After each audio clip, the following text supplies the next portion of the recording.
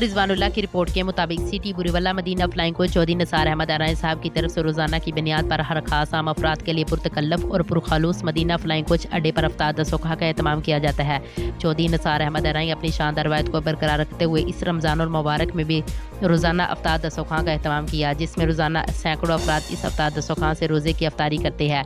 गुज़श्ता रोज़ इस अफ्तार के मौका पर खुसूसी तौर पर साबिक मेंबर सूबाई असम्बली चौधरी अरशाद अहमद अराई साहब ने अपने दोस्तों के हमरा शिरकत की। इनके साथ मिलकर रोज़ा अफ्तार किया। चौधरी निसार अहमद अराई की जानब से अफ्तार दस्तोखा का एहतमाम किया। रमज़ानुल मुबारक के बाबरकत महीने में यकम रमज़ानुल मुबारक से लेकर आखिरी रोज़े तक Lahore road Madina flying coach पर जारी रहेगा।